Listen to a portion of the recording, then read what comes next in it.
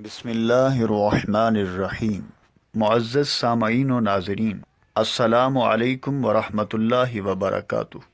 اللہ کے فضل و رحمت سے ایک بار پھر آپ کی خدمت میں حاضر ہیں۔ ہماری آج کی گفتگو بھی استغفار کی فضیلت پر مشتمل ہے۔ آج کی گفتگو میں آپ سن سکیں گے امام حسن بصری رضی اللہ تعالی عنہ کا واقعہ، امام حسن بصری کا مختصر تعارف۔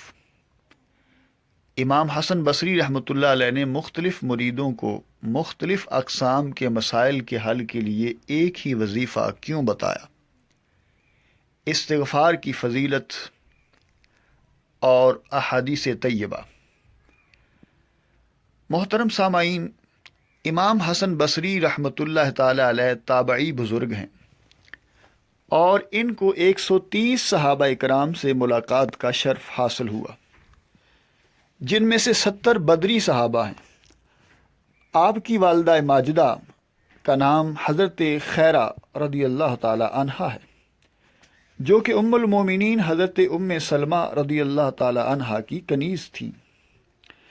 جب کبھی آپ کی والدہ ماجدہ کام کاج میں مصروف ہوتیں تو اپنا بیٹا حسن بصری ام المومنین ام سلمہ رضی اللہ تعالی عنہا کی گود میں دے دیتی، اور جب آپ روتے تو ام المومنین رضی اللہ تعالی عنہا آپ کو دودھ پلا دیتی تھی۔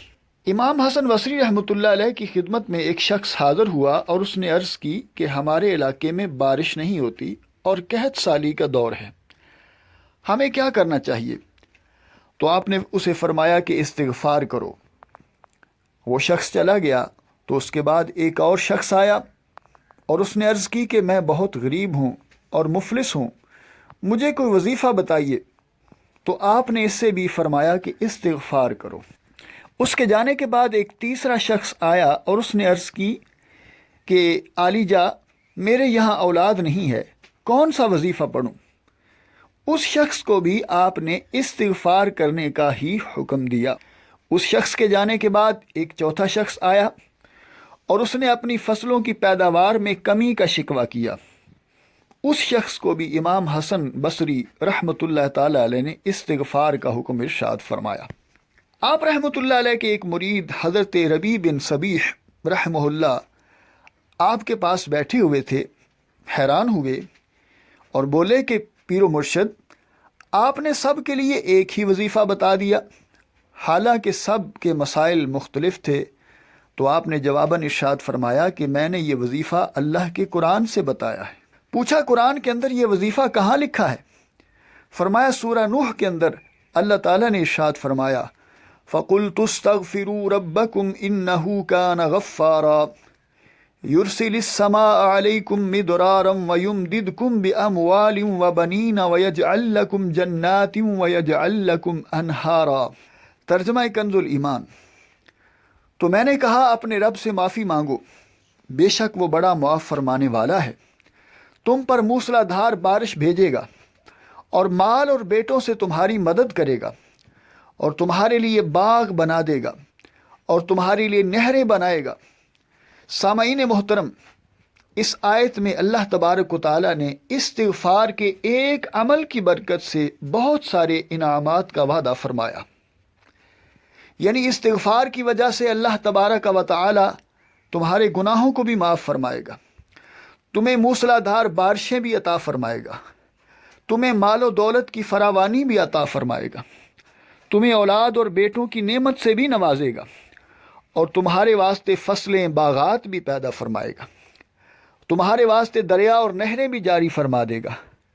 لہٰذا ہم سب کو چاہیے کہ ہم کثرت سے استغفار کرتے رہیں۔ حبیب خدا احمد مجتبیٰ صلی اللہ تعالی علیہ وآلہ وسلم نے ارشاد فرمایا طوبیٰ لمن وجد فی صحیفتہ استغفارا کثیرا۔ فرمایا مبارک ہو اس شخص کے لیے کہ جس کے نامہ اعمال میں کثرت سے استغفار کرنا پایا جائے۔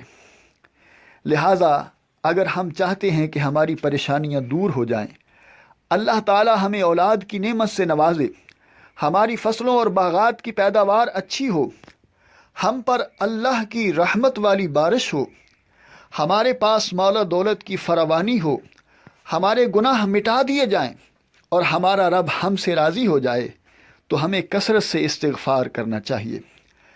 استغفر اللہ ربی من کل ذنب و اتوب الیہ۔ اللہ تعالیٰ عمل کی توفیق عطا فرمائے، آمین یا رب العالمین، بجاہ النبی الامین صلی اللہ تعالیٰ علیہ وآلہ وسلم۔ اگر آپ کو یہ ویڈیو اچھی لگی ہے تو پلیز ہمارے چینل کو ضرور سبسکرائب کریں۔ جزاکم اللہ خیرا۔